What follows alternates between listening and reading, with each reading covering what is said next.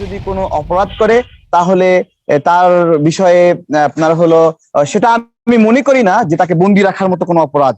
এবং আমি মনে করি তাকে এখনই ছেড়ে দেন, সে বলবে তার এই কথাগুলো বলা ঠিক হয়নি। যেভাবে ডক্টর জাহাঙ্গীর বলেছিল যে তার এই কথাগুলো বলা ঠিক হয়নি, সেই ইউটিউব থেকে ভিডিও সরিয়ে নিয়েছিল, ঠিক একেবারে মুফতি সাহেব তিনিও বলবেন। কিন্তু এখানে বাংলাদেশে রাজনৈতিক বক্তব্যরা আলেমরা দিতে পারবে না, এই বিষয়ে একটা প্রশ্ন করেছেন যে আলেমরা আলেমের জায়গাতে থাকবে। ঠিক একইভাবে আচরণ করা হচ্ছে যে ছাত্রদেরকে বলা হচ্ছে তোমরা ছাত্র, তোমরা কেন রাজনৈতিক বিষয়ে আলোচনা করবা, তুমি শিক্ষক, তুমি এত কিছু রাজনীতি কেন বুঝবা, তুমি শিক্ষক শিক্ষক হয়ে থাকো, তুমি ব্যবসায়ী ব্যবসায়ী হয়ে থাকো। আসলে প্রত্যেকটা শিক্ষক, প্রত্যেকটা ব্যক্তি, প্রত্যেকটা ছাত্র, প্রত্যেকটা আলেম একজন ব্যক্তি, একজন বাংলাদেশের নাগরিক। আর বাংলাদেশের নাগরিককে রাজনৈতিক চর্চা করার অধিকার বাংলাদেশের সংবিধান দিয়েছে। মোরো নামে একটা জাতি আছে আমাদের বাংলাদেশে, সে জাতি তাদের প্রতি বছর গো হত্যা অনুষ্ঠান করে। অভিযোগ হলো যে গরু তাদের ধর্মগুরু ধর্মগ্রন্থ নিয়ে আসার সময় কলা পাতায় লিখে আনছিল, সেই সময় কলা পাতা খেয়ে ফেলে, এই জন্য তাদের ধর্মগ্রন্থ নেয়, তাদের অনেক আফসোস, এই জন্য তারা গো হত্যা অনুষ্ঠান প্রতি বছর করে, গরুকে তারা হত্যা করে। তো এটা অনেকের কাছে হাস্যকর মনে হতে পারে, বাট এটা তাদের ধর্মীয় অনুভূতি।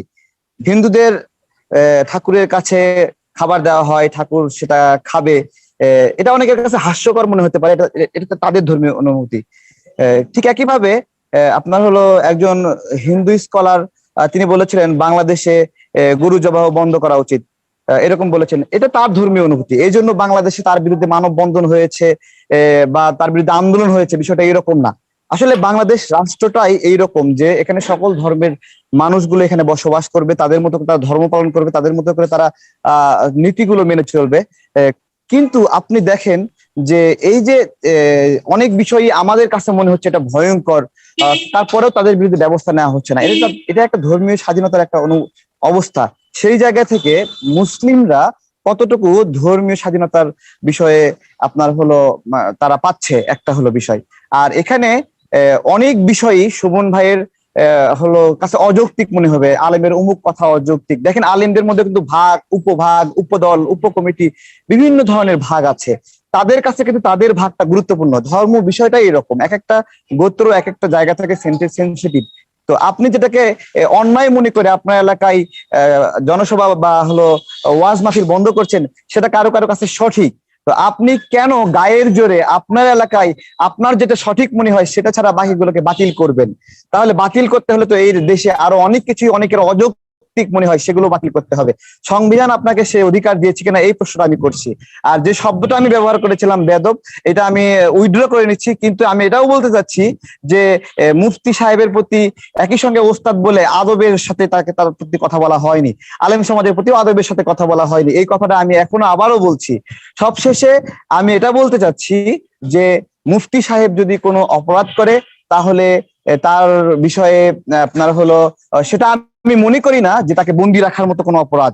এবং আমি মনে করি তাকে এখনই ছেড়ে দেন, সে বলবে তার এই কথাগুলো বলা ঠিক হয়নি। যেভাবে ডক্টর জাহাঙ্গীর বলেছিল যে তার এই কথাগুলো বলা ঠিক হয়নি, সেই ইউটিউব থেকে ভিডিও সরিয়ে নিয়েছিল, ঠিক একেবারে মুফতি সাহেব তিনিও বলবেন। কিন্তু এখানে বাংলাদেশে রাজনৈতিক বক্তব্যরা আলেমরা দিতে পারবে না, এই বিষয়ে একটা প্রশ্ন করেছেন যে আলেমরা আলেমের জায়গাতে থাকবে। ঠিক একইভাবে আচরণ করা হচ্ছে যে ছাত্রদেরকে বলা হচ্ছে তোমরা ছাত্র, তোমরা কেন রাজনৈতিক বিষয়ে আলোচনা করবা, তুমি শিক্ষক, তুমি এত কিছু রাজনীতি কেন বুঝবা, তুমি শিক্ষক শিক্ষক হয়ে থাকো, তুমি ব্যবসায়ী ব্যবসায়ী হয়ে থাকো। আসলে প্রত্যেকটা শিক্ষক, প্রত্যেকটা ব্যক্তি, প্রত্যেকটা ছাত্র, প্রত্যেকটা আলেম একজন ব্যক্তি, একজন বাংলাদেশের নাগরিক। আর বাংলাদেশের নাগরিককে রাজনৈতিক চর্চা করার অধিকার বাংলাদেশের সংবিধান দিয়েছে। সুতরাং যারা এই ধরনের সাংবিধানিক বিরোধিতা করে এবং যারা সংবিধানের বিরুদ্ধে কাজ করে তারা অন্যায় করছে। এবং আবার একটা কথা বলেছেন যে রাজনীতি করতে হলে জেলে যাওয়ার কথা চিন্তা করতে হবে। আরে ভাই, এটাও তো একটা অন্যায় কথা বললেন। রাজনীতি করতে গেলে জেলে যেতে হবে কেন? এটা কি সংবিধান বলেছে? রাজনীতি করতে গেলে কেন জেলে যেতে হবে? রাজনীতি করতে গেলে রাজনীতি ক্ষমতাসীনদের বিপক্ষে তো কিছু কথা যাবেই।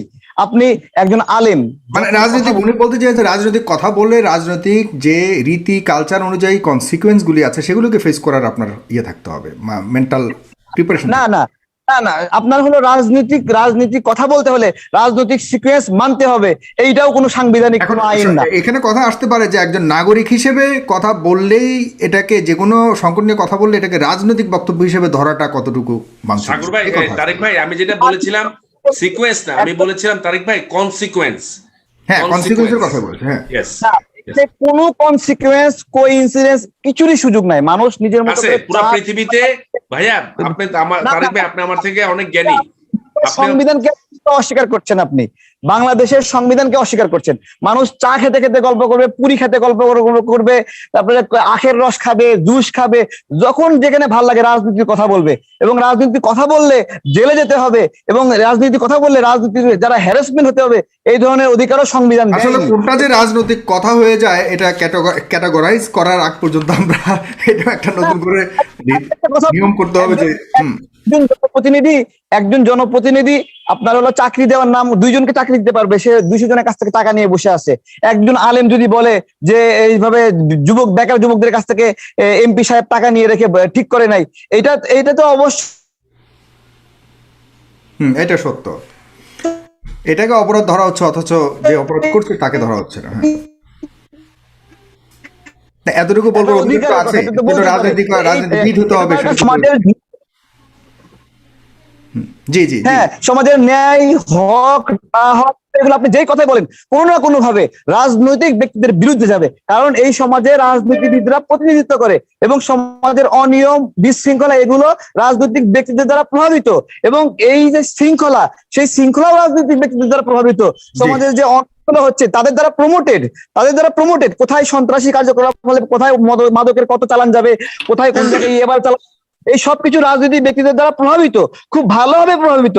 এবং কোন জায়গায় কাকে গ্রেপ্তার করা হবে, কাকে গ্রেপ্তার করা হবে না, কাকে ছাড় দেওয়া হবে, কে প্রতারণা করার পরে কোন জায়গায় সালিশ বসায় মীমাংসা করা হবে, এগুলোও রাজনীতিবিদদের দ্বারা প্রভাবিত। আপনি যদি কথা বলতে চান, ন্যায় এবং অন্যায়ের পার্থক্য করতে চান, হক এবং না হকের পার্থক্য করতে চান, কোনো না কোনো ভাবে রাজনীতিবিদদের আপনি বিরুদ্ধে যাবে, তাহলে আপনি কথাগুলো বলবেন না। যদি কথাগুলো না বলেন তাহলে তো সমাজ তো শেষ। তাহলে ওই যে যারা দুষ্কৃতিকারী তাদেরকে হাতে আমরা এই দেশটা ইজলা দিয়ে দিলাম, আমরা এইভাবে ইজলা দিতে পারি না। এবং সত্য বলে আমি বলছি যে এই দেশের মানুষ যারা রাজনৈতিক কথাবার্তা বলতে দিচ্ছে না, তারা দেশের মানুষের বিরুদ্ধে কাজ করছে। ছাত্রদেরকে রাজনৈতিক কথা বলতে দিচ্ছে না, ছাত্রদের বিরুদ্ধে কাজ করতেছে।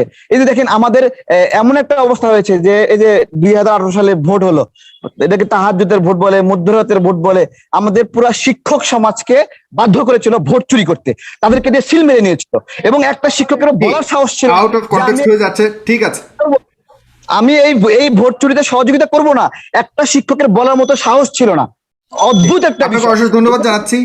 আপনাকে অশেষ ধন্যবাদ তারেক রহমান, আমি আপনাকে অনেক ধন্যবাদ জানাচ্ছি। আমার অনেক লম্বা অনুষ্ঠান হচ্ছে, আমি শেষ 2 মিনিট করে একটা বিষয়ে, খুব স্পেসিফিক একটা বিষয়ে এবং খুব স্পেসিফিক অ্যান্ড সেন্সিটিভিটির মধ্যেই থাকতে হবে। শুধুমাত্র মেজর মোহাম্মদ আলী সুমন এবং মোল্লা ভাইয়ের কাছে একটা লাস্ট, আপনারা দুজন অবশ্যই আমার সাথে আছেন, তারেক ভাই এবং সোলমান ভাই, যে একটা বিষয় নিয়ে যদিও out of context, out of like today's topic, the question that I am going to ask, এটা হলো যে আলেম আসলে কারা, এই বিষয় নিয়ে একটু বিতর্ক হয়েছিল। এই বিষয় নিয়ে আমি আসলে এই দুজন ব্যক্তিত্ব আমার কাছে আছে, আপনাদের দুজনের ছোট্ট মতামত আমি নিতে চাই। প্রথমত মোল্লা ভাই যদি বলেন, আপনি বলতে চেয়েছিলেন, আগ্রহ প্রকাশ করেছেন যে আলেমের ডেফিনিশনটা আসলে কি, যদিও চূড়ান্ত কিছু নয়, আপনাদের দুজনের ব্যক্তিগত যে ব্যক্তিগত অপিনিয়ন, সেটা হচ্ছে যে এক ডিকশনারি মিনিং অনুযায়ী যে যা জানে, কেউ কিছু জানলেই আলিমা শব্দ থেকে যে জানবে সে হচ্ছে আলেম। আচ্ছা, এখন কোশ্চেন হচ্ছে যে ইসলাম হচ্ছে যে কোরআন এন্ড সুন্নাহ। এখন প্রত্যেকটা মুসলমান কিন্তু জ্ঞান অর্জন করা তার উপর ফরজ, তালাবুল ইলমে ফারিদাতুন আলা কুল্লি মুসলিম। এখন আপনি যতটুকু জ্ঞান অর্জন করবেন আপনি ততটুকু জ্ঞানী। আল্লাহর রাসূল, সাহাবায়ে কেরাম, তাবিঈন, ওনাদের সময় কিন্তু আজকে আমাদের যে ফর্মাল এডুকেশন সেটা কিন্তু ছিল না। ফর্মাল এডুকেশনটা কিন্তু দার্সে নিজামি থেকে শুরু হয়েছে, অর্থাৎ একাডেমিক এডুকেশন। এখন একাডেমিক এডুকেশন হওয়ার আগে আলেমের সংজ্ঞাটা ছিল যারা কোরআন হাদিস সম্পর্কে জানে। আর প্রত্যেক মুসলমানের কোরআন হাদিসের জ্ঞান অর্জন করা ফরজ। তাহলে আমাদের প্রত্যেককে জ্ঞানী হতে হবে। একটা আয়াত আমাদের ভাই বলেছেন, সোলাইমান ভাই বলেছেন এবং অন্য আলেমরা বলেছেন যে ইন্নামা ইয়াখশাল্লাহু মিন ইবাদিহিল উলামা, আল্লাহকে যারা আলেম তারা সবচেয়ে বেশি ভয় পায়। আবার আল্লাহ রাসূল হাদিসে বলেছেন প্রত্যেক মুসলমানকে তালাবুল ইলমি ফারিদা, প্রত্যেক আলা কুল্লি মুসলিম, প্রত্যেক মুসলমানের জ্ঞান অর্জন করতে হবে। তাহলে জ্ঞানের তো অবশ্যই লেভেল রয়েছে।